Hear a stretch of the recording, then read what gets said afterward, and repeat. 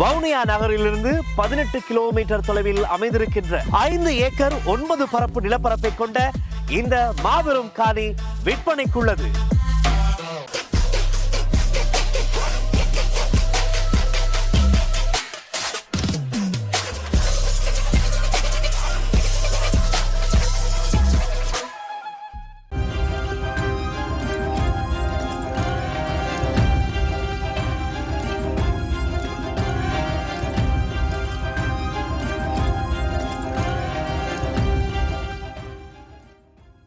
வணக்கம். இது நிஜக்கண். தலைமறைவாகியுள்ள முன்னாள் போலீஸ் மா அதிபர் தேசபந்து தென்னகோன் தனது வீட்டில் ஒளிந்து கொண்டிருக்கிறதா பரவும் செய்தி தவறானது என்று முன்னாள் அமைச்சர் டிரான் அலஸ் தெரிவித்திருந்தார். தேசபந்து தென்னகோன் தொடர்பில் ஊடகம் ஒன்றுக்கு வழங்கிய கருத்தின் போதே அவர் மேற்கொண்டவாறு குறிப்பிட்டிருக்கின்றார். மேலும் அவர் இப்போதெல்லாம் சிலர் சமூக ஊடகங்களில் தன்னோட பெயரை பயன்படுத்தி தன்னை கேலி செய்வதாக கூறியிருக்கின்றார் டிரான் அலஸ். அதோட தேசபந்து தென்னகோனை தனது வீட்டில் மறைத்து வைக்கும் அளவுக்கு தான் முட்டாள் இல்லை என்றும் டிரான் அலஸ் மேலும் குறிப்பிட்டிருக்கின்ற நிலையில் அதேவேளை கைது செய்யுமாறு மாத்தறை நீதவான் நீதிமன்றம் பிறப்பித்த உத்தரவை தடுக்க இடைக்கால தடை உத்தரவு கோரி தற்போது தலைமறைவாகியிருந்த தேசபந்து தென்னகோனால் ரெட் மனு தாக்கலும் செய்யப்பட்டது. குறித்த இந்த ரெட் மனு நேற்று மேன்முறையீட்டு நீதிமன்றம் விசாரணைக்கு எடுத்துக்கொள்ளாமல் தள்ளுபடி செய்தது. அது மாத்திரமன்றி தேசபந்து தப்பிச் செல்வதற்கு உதவிய மற்றும் உடந்தையாக இருந்த நபர்கள் மீது விசாரணை நடத்தி உரிய நடவடிக்கை எடுக்குமாறு மாத்தறை நீதிமன்றம் உத்தரவு பிறப்பித்திருந்த நிலையில முன்னாள் போலீஸ் மா அதிபர் தேசபந்து தென்னகோன் இலங்கையிலிருந்து வெளிநாட்டுக்கு தப்பிச் செல்லக்கூடிய அபாய நிலை இருக்கிறதா போலீசார் தெரிவிச்சிருந்தவே. அது மட்டும் இல்லாமல் இதன் காரணமாக விமான நிலையம் உட்பட அனைத்து தரப்பு அதிகாரிகளும் இதற்கு தயாராக இருக்குமாறு அறிவுறுத்தப்பட்டிருக்கிறதா இலங்கை போலீஸ் பிரிவு எச்சரித்திருந்த நிலையில் தேசபந்து தென்னகோனை தேடி கைது செய்வதற்காக குற்றப்புலனாய்வு திணைக்களத்தால் மேலும் 4 விசேட விசாரணை குழுக்கள் நியமிக்கவும் பட்டிருந்தது. அது மட்டும் இல்லாமல் உடனடியாக கைது செய்து நீதிமன்றத்தில் முன்னிலைப்படுத்துமாறும் மேன்முறையீட்டு நீதிமன்றம் உத்தரவிட்டிருந்த நிலையில் இந்த நடவடிக்கைகளும் முன்னெடுக்கப்பட்டிருந்தது. அதோடு இந்த நிலையில் போலீஸ் மா அதிபர் தேசபந்து தென்னகோனை கைது செய்வதற்காக இதுவரை அமைக்கப்பட்டிருக்கின்ற போலீஸ் குழுக்கள் எண்ணிக்கை 6ஆகவும் அதிகரிச்சிருந்தது. அது மட்டும் இல்லாமல் முன்னாள் போலீஸ் மா அதிபர் தேசபந்து தென்னகோன் மட்டுமில்லாமல் தேடப்பட்டு வரும் மேலும் பல சந்தேக நபர்கள் விரைவில் கைது செய்யப்படுவார்கள் என்றும் அமைச்சர் நலிந்த ஜெயதிச தெரிவிச்சிருக்கின்றார். அதோட அமைச்சரவை முடிவுகளை அறிவிக்கும் இன்றைய ஊடகவியலாளர் சந்திப்பின் போதுதான் அவர் இந்த விடயத்தை குறிப்பிட்டிருக்கின்றார். அது மட்டும் சொல்லாமல் அவர் மேலும் பல விடயங்கள் தெரிவிச்சிருக்கின்றார். அது என்னன்னு சொல்லி பார்த்தீங்கன்னா, முன்னாள் போலீஸ் மா அதிபர் தேசபந்து தென்னகோன் மாத்திரமல்ல, கணேமுல்ல சஞ்சீவவின் படுகொலையுடன் தொடர்புடைய செவ்வந்தி மற்றும் பிரசன்ன ரணவீர உள்ளிட்ட இப்படி பல சந்தேக நபர்கள் தேடப்பட்டு வாரார்கள். அவர்களையும் விரைவாக கண்டுபிடிக்கக்கூடிய நிலை இருக்கிறதா அமைச்சர் நலிந்த ஜெயதிச தெரிவிச்சிருந்த நிலையில செவ்வந்தி மற்றும் பிரசன்ன ரணவீர உள்ளிட்ட இன்னும் பல பேர் தேடப்பட்டு வருகின்றார்கள் என்றும் அவர் குறிப்பிட்டிருந்தார். அத்தோடு இவர்களை கைது செய்வதற்கென்று விசேட போலீஸ் குழுக்கள் நியமிக்கப்பட்டிருக்கின்றன.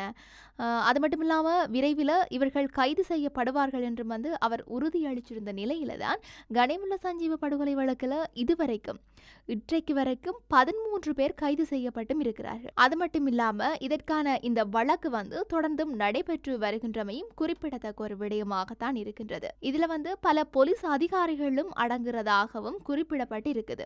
இலங்கை போலீஸ் துறை தங்களது பணியை தொடர்ந்து மேற்கொண்டு வருகிறது என்றும் இந்த விவகாரங்கள் தொடர்பில் உங்களுக்கு ஏது மேலதிக தகவல்கள் தெரிஞ்சா அதனை எமக்கு அறியப்படுத்தலாம் என்றும் குறிப்பிடப்பட்டு இருக்குது. அந்த விடயம் மட்டும் இல்லாமல் இன்னும் பலதரப்பட்ட செய்திகள் வெளியாகி கொண்டிருக்கிற நிலையில முன்னாள் காவல்துறை அதிபர் தேசபந்து தென்னகோன் மட்டுமின்றி மேலும் பல சந்தேக நபர்களை கைது செய்ய காவல்துறை குழுக்கள் ஈடுபடுத்தப்பட்டிருக்கிறதா அமைச்சர் நலிந்த ஜெயதிச தெரிவிச்சிருக்கிறத நாங்கள் பார்த்திருந்தோம். அமைச்சரவை தீர்மானங்கள் அறிவிக்கும் ஊடக சந்திப்பு நேற்றைய தினம், அதாவது நேற்றைய தினம் 18ஆம் தேதி செவ்வாய்க்கிழமை இடம்பெற்றிருந்த நிலையில இதன்போது அரசாங்கத்துடனான கொடுக்கல் வாங்கல் காரணமாகவா தேசபந்து தென்னகோனை கைது செய்யாமல் இருக்கின்றீர்கள் என்று ஊடகவியலாளர் எழுப்பிய கேள்விக்கு பதிலளிக்கும் போதுதான் அமைச்சர் மேற்கொண்டவாறு குறிப்பிட்டிருக்கிறார். அது என்னன்னு சொல்லி பார்த்தீங்கன்னா, தேசபந்து தென்னக்கோன் மட்டுமில்லை, இன்னும் சிலரும் இருக்கின்றார்கள். அவர்களை கைது செய்ய காவல்துறை குழுக்கள் பயன்படுத்தப்பட்டிருக்கின்றன என்று கூறியிருந்த நிலையில நீங்கள் எங்களிடம் சொல்லவில்லையே, பிரசன்ன ரணவீரவுடன் ஏதோ ஒரு டீல் இருக்கின்றது என்று. நாங்கள் அவரையும் தேடுகின்றோம், செவ்வந்தியையும் தேடுகின்றோம். அது மட்டுமில்லாமல் மேலும் உங்களுக்கு பெயர் தெரியாத சிலரையும் தேடுகின்றோம் என்றும் அவர் கூறியிருந்தார். அத்தோடு காவல்துறை குழுக்கள் பயன்படுத்தப்பட்டுள்ளன. கணேமுல்ல சஞ்சீவ கொலை வழக்கில் இதுவரைக்கும் 13 பேர் கைது செய்யப்பட்டும் இருக்கின்றார்கள். வழக்கு தாக்கல் செய்யப்பட இருக்குது. அதில் 2 காவல்துறை அதிகாரிகளும் ஒரு சிறைச்சாலை காவலரும் அடங்குகின்றார்கள் என்றும் அவர் மேலும் குறிப்பிட்டிருந்தார். அத்தோடு இந்த விசாரணைகள் நடந்து கொண்டிருக்கும் போது அரச இயந்திரத்துக்குள்ளும் அதிகாரிகள் கைது செய்யப்படும் அளவிற்கு விரிவடைந்திருக்கின்றது என்றும் கூறியிருக்கின்றார்.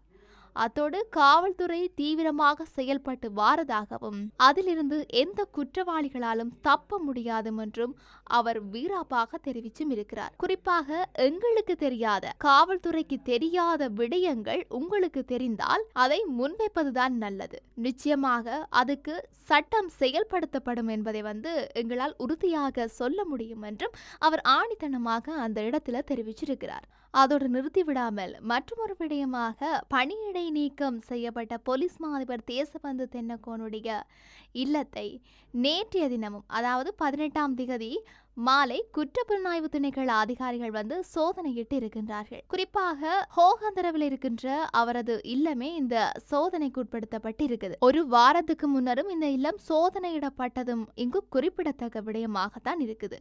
வீட்டு வளாகத்தில் கண்டெடுக்கப்பட்ட பல சந்தேகத்திற்குரிய பொருட்கள் குறித்து நடந்து வரும் விசாரணையின் ஒரு பகுதியாக இந்த சோதனை மேற்கொள்ளப்பட்டதாக அதிகாரிகள் மேலும் தெரிவித்திருக்கின்றார்கள். இதற்கிடையில கிட்டத்தட்ட 3 வாரங்களாக காணாமல் போயிருக்கின்ற போலீஸ் மா அதிபரை தேடும் பணிகள்ல 6 சிறப்பு குழுக்கள் ஈடுபடுத்தப்பட்டமையும் இங்கு குறிப்பிடத்தக்க ஒரு முக்கிய விடயமாகத்தான் இருக்குது. தொடர்ச்சியாக கட்டாய விடுப்பில் உள்ள போலீஸ் மா அதிபராக செயல்படுத்தப்பட்ட தேசபந்து தென்னக்கோன கைது செய்ய குற்றப்புலனாய்வுத்துறை அதிகாரிகள் அடங்கிய 15 குழுக்களும் ஈடுபடுத்தப்பட்டிருந்தன. பதில் போலீஸ் மா அதிபர் பிரியந்த வீரசூரிய தலைமையில இந்த விசாரணைகள் நடத்தப்பட்டு வந்ததாகவும் தெரிவிக்கப்பட்டிருக்குது. அதோடு நிறுத்திவிடாம 19 நாட்களாக தேடப்பட்டு வந்த தேசபந்து தென்னக்கோன நேற்று வரைக்குமே கண்டுபிடிக்கப்படவில்லை. கிரிபத்கொடையில உள்ள அரசாங்க காணிக்கு போலி பத்திரங்களை பயன்படுத்தி விற்பனை செய்த குற்றச்சாட்டுல தற்போது விளக்கமறியல்ல வைக்கப்பட்டிருக்கின்ற முன்னாள் அமைச்சர் மேர்வின் சில்வாவின் சட்டவிரோத செயலுக்கு உடந்தையாக இருந்ததாக கூறி முன்னாள் அமைச்சர் பிரசன்ன ரணவீரவுக்கு வெளிநாட்டு பயண தடையும் நீதிமன்றம் விதித்திருந்தமையும் குறிப்பிடத்தக்கது. கடந்த பிப்ரவரி மாதம் 18ஆம் திகதி புதுக்கடை நீதவான் நீதிமன்றத்தில் சுட்டுக் கொல்லப்பட்ட கணேமுல்ல சஞ்சீவ அவரை கொன்றதற்கு உதவிய பிரசன்ன ரணவீரவையோ அல்லது இசாரா செவ்வந்தியையோ போலீசார் இன்று வரைக்குமே கைது செய்ய முடியவில்லை என்பதும் கவலைக்குரிய ஒரு விடயமாக இருக்குது. சந்தேக நபரான இசாரா செவ்வந்தி காணாமல் போய் 1 மாதம் ஆகுது. தேசபந்து தென்னக்கோன், இசாரா செவ்வந்தி மற்றும் பிரசன்ன ரணவீர ஆகியோரை தேடும் நடவடிக்கைகள்ல போலீசார் மும்முரமாக ஈடுபட்டு வருகின்றார்கள் என்பதும் குறிப்பிடத்தக்க ஒரு விடயமாக இருக்கின்றது. அது மட்டுமில்லாம இந்த சம்பவம் குறித்து அமைச்சரவை ஊடக பேச்சாளர் நலிந்த ஜெயதிச நேற்று கூறியிருக்கின்றார். மேன்முறையீட்டு நீதிமன்றத்தின் தீர்ப்பு மதிப்புமிக்கது. தேசபந்து தென்னக்கோனுக்கு அடைக்கலம் அளித்த அனைவரையும் கைது செய்ய நடவடிக்கை எடுக்கப்பட்டுள்ளது என்றும் அவர் தெரிவித்தும் இருந்தார். இந்த 3 சந்தேக நபர்கள் குறித்து ஏதேனும் தகவல்கள் தெரிந்திருந்தால் பொதுமக்கள் போலீசாருக்கு தெரிவிக்குமாறும் பொதுமக்களை அவர்கள் நாடியிருக்கின்றார்கள். அது மட்டுமில்லாமல் இறுதியாக கிடைத்த முக்கிய தகவலை பார்த்தீர்களாக இருந்தால், தலைமறைவாக இருந்த தேசபந்து தென்னக்கோன் மாத்தறை நீதவான் நீதிமன்றத்தில் முன்னிலையாக இருக்கிறார். 2023ஆம் ஆண்டு மாத்தறை வெலிகம பகுதியில் நடந்த துப்பாக்கிச்சூடு தொடர்பாக பிடியாணை பெற்றிருந்த அவர் சற்று முன்னர் முன்னிலையானதாக தெரிவிக்கப்பட்டிருக்குது. சம்பவம் தொடர்பாக மாத்தறை நீதவான் நீதிமன்றம் பிறப்பித்த உத்தரவை நடைமுறைப்படுத்துவதை தடுக்கும் இடைக்கால தடை உத்தரவை கோரி தேசபந்து தென்னக்கோன் தாக்கல் செய்த ரிட் மனுவை விசாரணை செய்யாமல் தள்ளுபடி செய்ய மேன்முறையீட்டு நீதிமன்றம் நேற்று முன்தினம் முடிவு செய்திருந்தது. அதற்கமைய தேசபந்து தென்னகோனை உடனடியாக கைது செய்து நீதிமன்றத்தில் முன்னிலைப்படுத்த நடவடிக்கை எடுக்குமாறு குற்றப்புலனாய்வுத்துறைக்கு மேன்முறையீட்டு நீதிமன்றம் உத்தரவிட்டது. இந்த நிலையில் அவர் இன்று காலை மாத்தறை நீதவான் நீதிமன்றத்தில் முன்னிலையாகியிருக்கின்றவையும் குறிப்பிடத்தக்க ஒரு விடயமாகத்தான் இருக்குது. ஆகவே இன்னும் என்ன எல்லாம் நடக்க காத்திருக்கின்றது என்பதை நாங்களும் பொறுத்திருந்துதான் பார்க்க வேண்டும். மீண்டும் மற்றொரு பதிவினூடாக சந்திக்கலாம். வணக்கம்.